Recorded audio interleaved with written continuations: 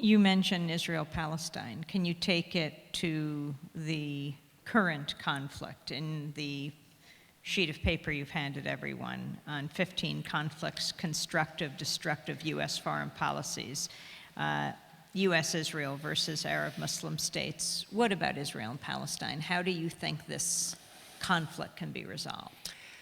I would like to say Israel, Arab states, Judaism, Islam, or Judeo-Christianity in Islam, because it's not just Israel-Palestine.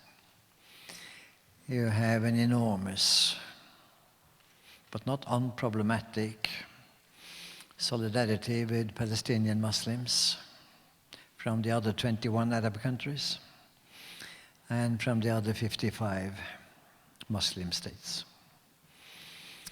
But now be careful.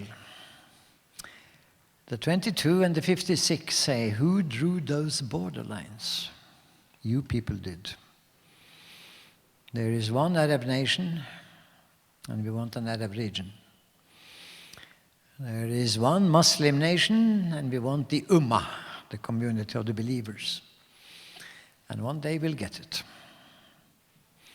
You see, Amy, the dilemma for the Muslim, and it's not easy for them to find an answer to it. What am I? Am I citizen or Muslim? I have the state as one authority. I have Allah through Islam, through the Rasul, the Prophet, as another authority. But Islam says there is only one God. So I cannot accept the state as an authority. So how can I combine it? Well, it would be a democracy and a state dedicated to Islam. So that's why they call it the Islamic Republic, and so on. Islamic Emirate. And the Islamic region from Morocco through the whole Arab land, to the west, to the southern Philippines. As I mentioned, 56, 57 countries, if you count India. 1,560 million Muslims. There are more Muslims than Chinese. And to beat the Chinese is not that easy. More Muslims than Chinese. They want one something. Maybe they'll call it the caliphate. It'll take some time. But they have any bit as much right to have that as Catholics have a right to have the Vatican.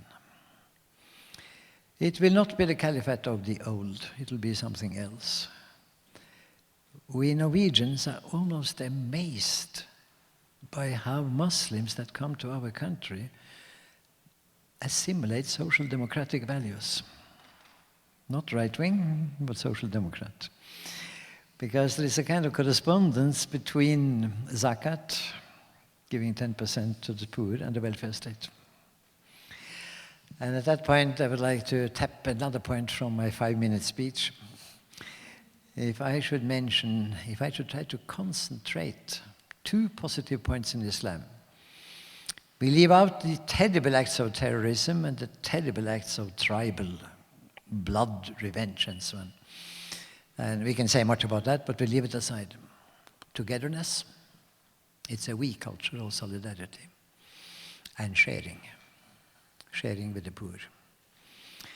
The reason for Ramadan, for fasting, from sunrise to sunset, is to remind yourself of what it is not to have food, not to have water.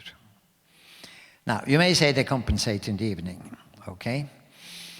I wonder how many Christian seculars or Dalmatian Buddhist pagan dogs would like 1 month not to eat and not to drink from sunrise to sunset. You could do it in northern Norway, but there's only 2 hours between them. And if you go to real northern Norway, the sun never rises, so you have no problem. So they have found Muslims who find a refuge at the northern tip of Norway. But there is a strength in this, you see. It's a tremendous strength, and that brings us a little bit back to Breivik. Could we learn something? Could it be that we could say, thank you, Islam, for teaching us these lessons? We don't want to convert to Islam. But we can, the idea of solidarity and sharing, we find beautiful. Could you help us? Well, say that, you'll be embraced by 1,560 million Muslims. If you just are willing to say, we could learn something from somebody else, without becoming that somebody else, could be interesting. So I just mention it because we get into a lot of theology the moment we start looking at these things, you know.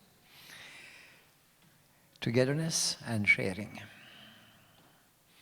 We are quite good in the West at picking up the weak points. You may pick up the hijab, and you may say they are forced to conceal their faces. And I could then say, I know a lot of Western women with facelifting and rouge and lipstick and mascara, and so much of it that you need a scrub and a bucket of water to try to find out what their face looks like. And I'm not quite sure that they should talk so loudly about the hijab. I can mention another point about hijab. Very many Muslim women have extremely beautiful colors in the hijab. I once walked up to one, and you can say, this is a dirty old man flirting with young women, and of course it is that too. I went up to a young Muslim woman, Spaniard, no, she was not Spaniard originally, and complimented her on the color of her hijab. And she said, you're the first one who has said that. Whereupon she kept a certain distance, of course thinking, what's his next move? Yeah. Now, I am never do a thing like that. I read books about it, but would never do anything like that. So I'm just telling you, there are hijabs and hijabs. And there is rouge and mascara and facelifting of different kinds.